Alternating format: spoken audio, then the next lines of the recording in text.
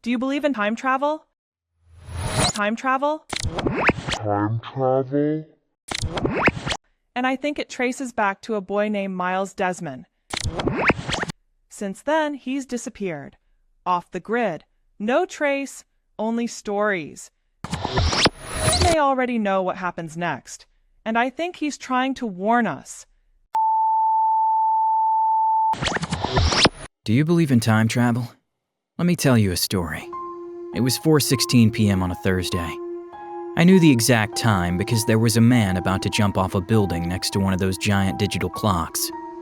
He shouted that it was too late to save them, that there were too many, that no one was coming to help, that he can't take it anymore.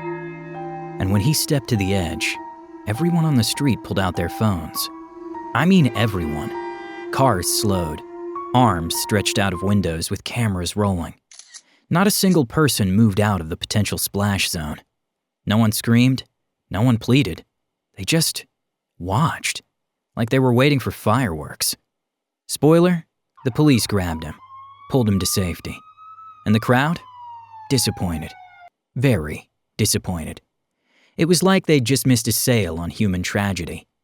Some of them looked genuinely bummed that they wouldn't get to say they were there when a man turned into street art. I think they wanted to witness it to have a story to tell, like it's a badge of honor. Maybe thought it would add character to themselves, or one day be able to explain to someone that they saw someone off themselves while having dinner. Possibly having dinner at same patio. I don't think they understood what they wanted with someone's death. But here's the twist. In another version of that story, he did jump, and there was a death. I saw it. I felt it. I remember the sound. It sounded like a jar of marinara hitting tile, if the jar could scream on the way down. That version exists because I didn't warn anyone, and those same people weren't so happy to see it happen. Those smiles turned to horror, and some to vomit. Let me explain. I have seen many of these types of events. I have seen the end and possibly the beginning, but we are nearing the end of the world, and I think the stakes need to be raised. Because we need a hero to save us all, and maybe it's me. But heroes are sometimes boring. Maybe I can be an anti-hero like Scarface. Say hello to the bad guy. With some cool theme music to go along with it, though. My name now is Grayton James. But people usually refer to me as that kid. But I used to go by Miles Desmon. Why? Because kilometers is stupid. And I like that guy Desmond from the show Lost.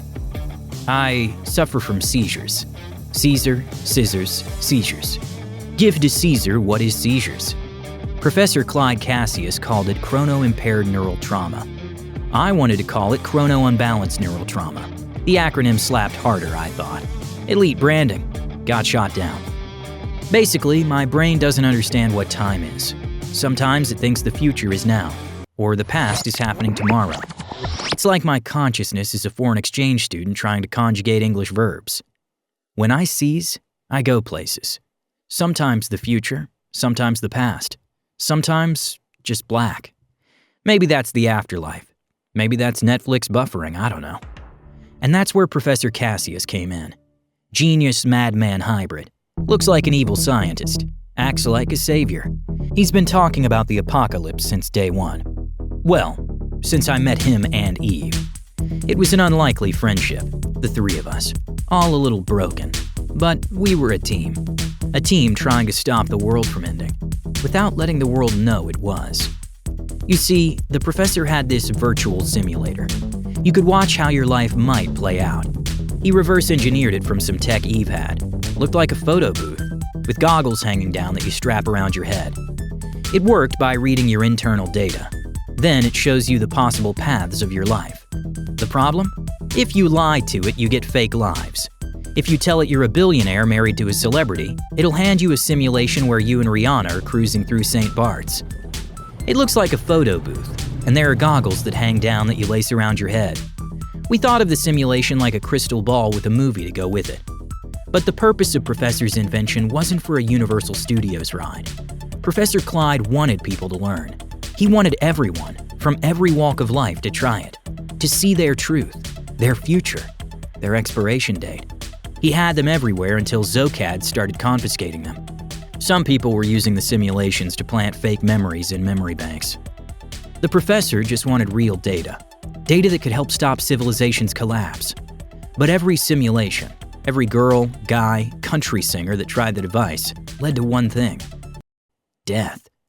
No utopia, just different flavors of doom. That's when he found me.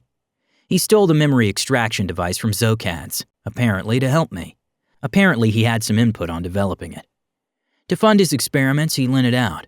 People started stealing rich people's memories and holding them for ransom. Since no one bought expensive stuff anymore, memories became the new diamonds. People were stealing anything they could to afford a seat on the Zocad's escape pods. Irony. Steal from the company to buy something else from them. He built a makeshift pastorium chamber, like the one at the memory bank. Used it to dive into my visions. Extracted my seizure memories. What do you call a memory that hasn't happened yet? A prophecy selfie? We watched them like home movies. Somehow, he mapped my brain and pulled the memories out like DVDs. But what we saw were episodes when it took me back to when I was a little kid again. Sometimes I'm old. Sometimes it's just dark, possibly dead, like I said. But these weren't just memories. Professor Clyde theorized I was actually traveling. He made pills to slow down my seizures. Prof did care about me at the end of the day, not just being his lab rat.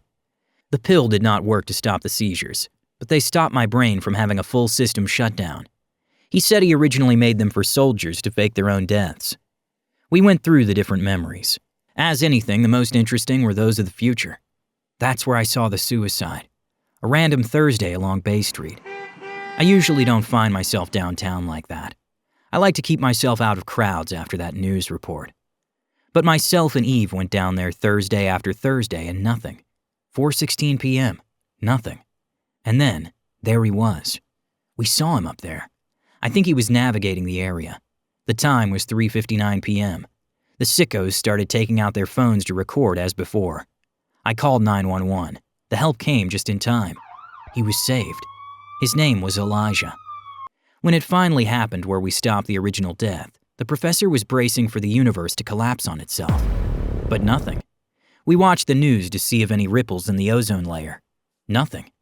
But then Eve came across a social media feed. A doctor, crushed by a scaffolding. His name? Dr. Elijah Hill. It was the same man. Almost 2.5 weeks after I saved him. Dead. It had to be a coincidence, right? Professor Cassius didn't think so. He thinks it was the universe correcting itself on a final destination type of deal. It was hard to test this out without having another premonition memory. And we had one.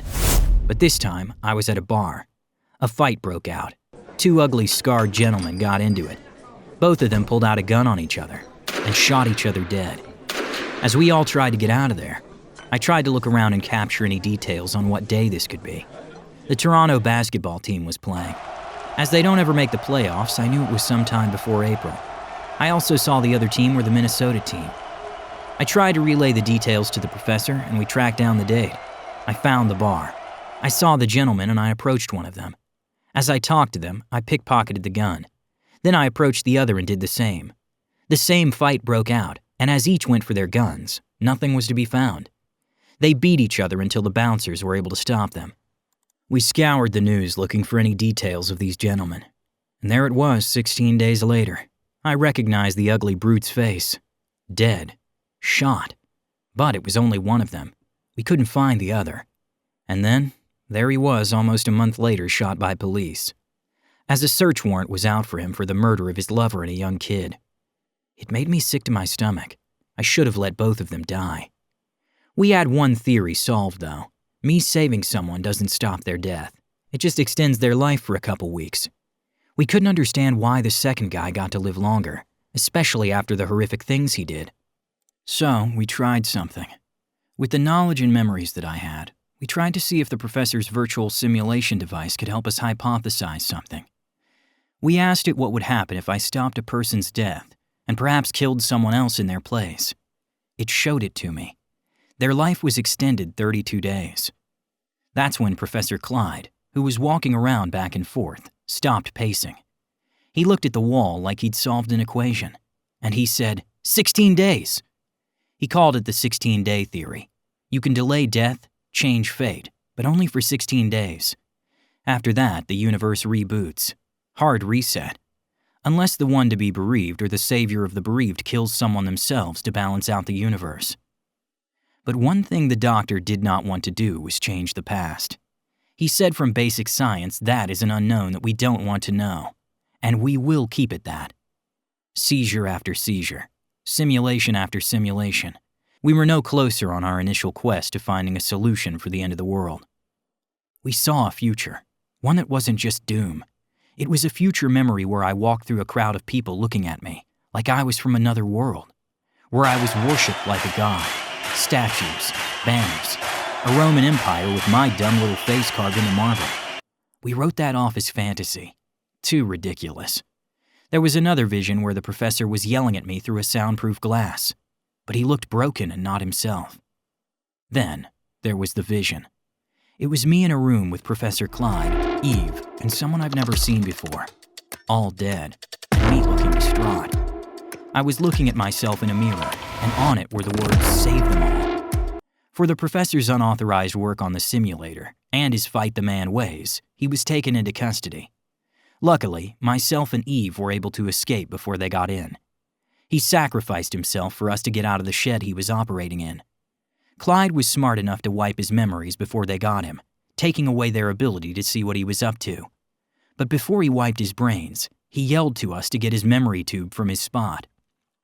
His spot was a non-alcoholic beer section at a local convenience store. Professor Clyde had warned us something of this before, and he always prepared for it. But during his apprehension, they tried to get him to talk by breaking his fingers one by one. No reason to, as there was nothing to confess when he has no memories of what he did. They ransacked that shed and took his virtual simulation as well. We went to the freezer at the convenience store and got the memory. It was a memory Clyde made us perform with him proposing to Eve.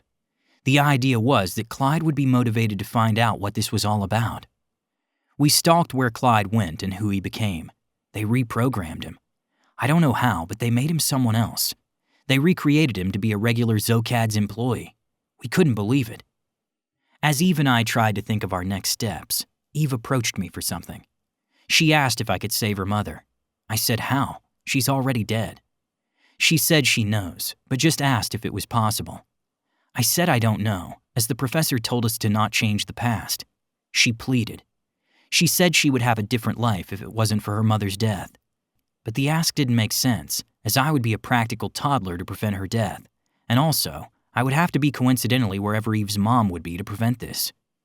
Eve knew I was being looked at the Zocad's medical unit, so there was a shot. But we tried it, honestly really to shut her up. I went back to where I was as a toddler. I was in the Zocad's medical area. I was screaming, but no words were forming. And then this kid slightly older walked by. I think he was trying to make me calm down or laugh, so he grabbed my arm, and then he went into an almost trance. He stared at me and ran down to warn the people about a fire. Everyone evacuated, and everybody was safe. I saw people questioning that child, and he kept telling people that I told him something. I never told him anything. It's like he knew what I was thinking. And just then, there was the explosion, and I was back to where Eve was. When I told Eve what happened, she got this look on her face, looking at me like I was insane. She told me to go back to when I was a toddler, when I was relaying the story of what just happened. She told me that her mother fell off a cliff, and she told me to go save her then. Not entirely sure what she was talking about, because her mother had died in that lab explosion. So unless I was going crazy, that means I changed what happened to her mom, which means my time travel did work. She didn't believe me, and I told her maybe we need to find out who that kid is. If he was at the Zocad's facility when he was a kid, perhaps he has stuff stored at that memory bank. We found him. His name was Theo. That's when Eve, my friend, trauma survivor, part-time assassin, possibly immortal, decided we needed to break into the memory bank. A mind heist. We'd plant a memory to wake up the old Cassius, and also steal a memory from the guy that saved her mom's life. It worked, but in the escape, I bumped into Theo. He looked at me like he knew me, like we'd met before, like I'd heard him. I nearly killed him on instinct, but something stopped me. When I told Eve, her face changed. She said that I wasn't safe anymore. She sent me to Bolapia. That's where I met the doctor. He said I reminded him of himself, that my seizures were a gift, not a curse, that I should stop riding them and drive them, take control. He took me under his wing. We tried to help his people in Bolapia. They had this disease, and they invented the cure for it, but it was getting bad. Civil war was starting, and the doctor, Charles Sharpay, was organizing a refugee escape. I changed my identity as I was still in hiding. I went by Grayton James. I came back from home with the doctor, and we found work on the alarm force unit. I played the part of Grayton from Central or Eastern Bolapia. Everyone was a Grayton and son of the prophet. It was our guys. Just FYI, I didn't believe those cars were spaceships. Whatever the doctor asked, I did. We did the whole getting all the rusted cars and filling it with resources. It was kind of poetic. And we had to be on the run again, but the doctor protected me. I was able to meet Eve. She was a changed woman. Because of her, I was in running in the first place. And I came to find out she married that guy? That was strange. As a parting gift, though, I gave her some of the Conivore vaccine and told her, we will probably never see each other again. People are dying. A virus is spreading. Zocads is rewriting minds. The walls are whispering, and no one's listening. These so-called confession walls were supposed to heal us, but all they do is amplify the noise. But I'm not noise. I'm a signal, and I'm going to save them. Say hello to the bad guy. It starts with one thing, I don't know why. It doesn't even matter how hard you try. Keep that in mind. I designed this rhyme to explain in due time. All I know, time is a valuable thing. Watch it fly by as the pendulum swings. Watch it count down to the end of the day. The clock takes life away. It's so unreal. Didn't look out below. Watch the time go right out the window. Trying to hold on to didn't even know I wasted it all just to watch you go. I kept everything inside, and even though I tried, it all fell apart. What it meant to be will eventually be a memory of a time when I tried so hard and got so far, but in the end, it doesn't even matter. I had to fall to lose it all, but in the end, it doesn't even matter.